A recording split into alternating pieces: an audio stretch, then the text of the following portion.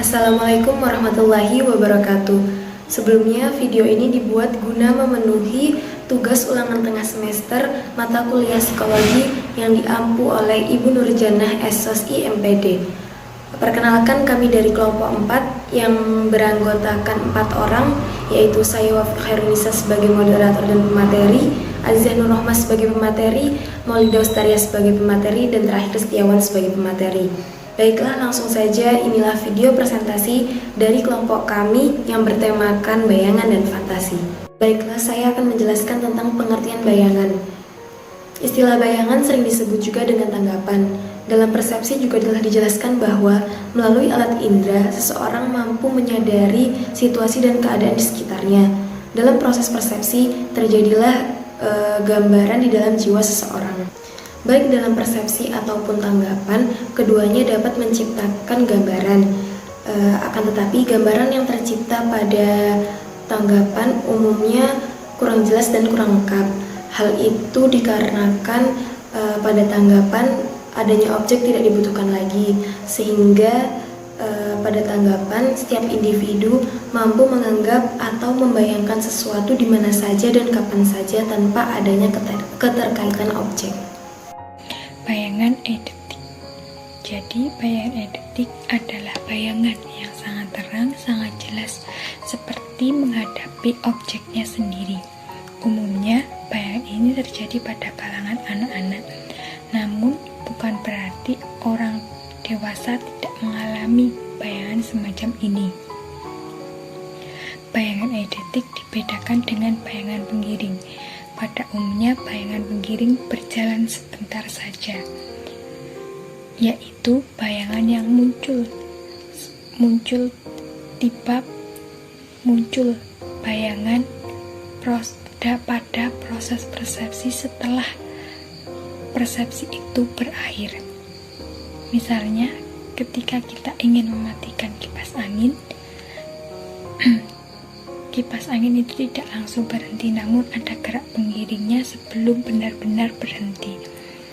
Nah, jika orang tidak dapat membedakan antara bayangan dan persepsi, maka orang tersebut akan mengalami yang disebut dengan halusinasi.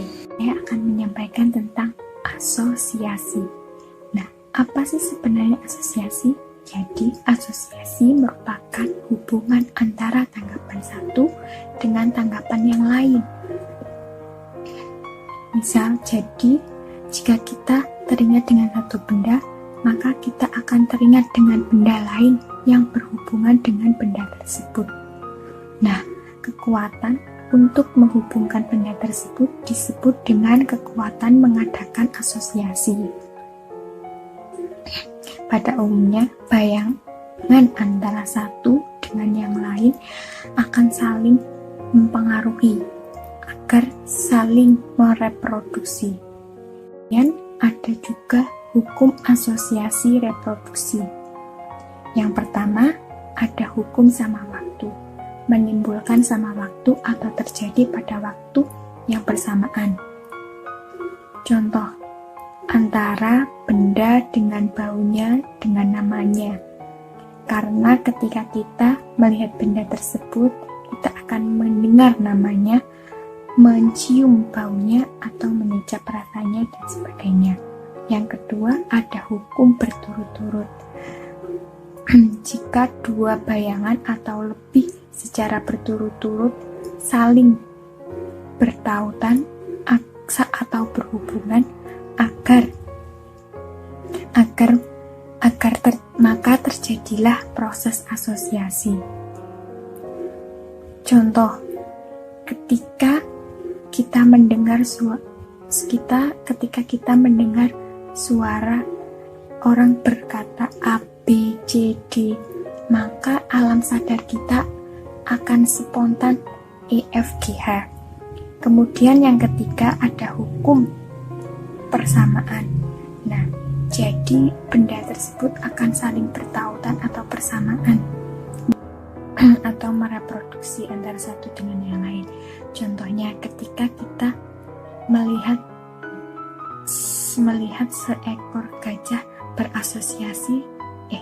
melihat seekor harimau berasosiasi dengan seekor kucing. Kemudian yang keempat ada hukum perlawanan. Bayangan akan perlawanan cenderung berasosiasi satu dengan yang lain. Contoh, ketika kita melihat orang yang gemuk, kita akan teringat dengan orang yang kurus. Atau ketika kita melihat orang yang kaya, kita akan teringat pada orang yang miskin. Fantasi adalah kemampuan jiwa untuk membentuk tanggapan-tanggapan atau bayangan-bayangan baru.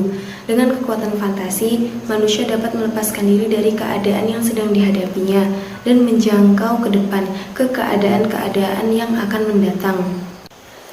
Adapun beberapa hal yang dapat mempengaruhi fantasi seseorang, yaitu satu, adanya perasaan atau keinginan tentang masa depan. Yang kedua, terdapat waktu lebih sehingga digunakan untuk berhayal. Yang ketiga, adanya rasa kurang percaya diri terhadap sesuatu yang diinginkan. Dan yang terakhir, adanya kelemahan yang terdapat pada individu. Saya akan menjelaskan tentang macam-macam fantasi. Yang pertama, ada fantasi aktif. Fantasi aktif dimaksudkan pada sebuah jiwa yang melakukan fantasi berdasarkan pemikiran, perasaan, dan kemauan yang dimilikinya sehingga muncullah fantasi aktif. Yang kedua, ada fantasi pasif. Yang dimaksud yaitu fantasi aktif pasif dilakukan namun tidak melibatkan gejala jiwa sehingga menjadi pasif, seolah-olah daya khayal dibiarkan bermain dalam daya fantasi. Yang ketiga ada fantasi disadari. Fantasi disadari misalnya seseorang menonton televisi sehingga orang tersebut berfantasi berada dalam latar film tersebut. Yang selanjutnya ada fantasi tidak disadari. Misalnya seseorang anak kecil bercerita tentang sesuatu cerita yang menurut daya khayalnya, tetapi yang sebenarnya cerita tersebut tidak benar-benar terjadi. Yang selanjutnya ada fantasi mencipta. Fantasi mencipta merupakan sebuah jenis atau bentuk fantasi yang dapat menciptakan sesuatu. Misalnya seseorang pelukis menciptakan sebuah lukisan atas daya fantasinya. Yang selanjutnya ada fantasi tuntunan. Fantasi tuntunan merupakan sebuah daya khayal yang terjadi di bawah tuntunan sesuatu. Misalnya seseorang melihat televisi atau mendengarkan musik. Orang tersebut dapat mengikuti apa yang dilihatnya atau apa yang didengarnya. Selanjutnya ada fantasi abstrak.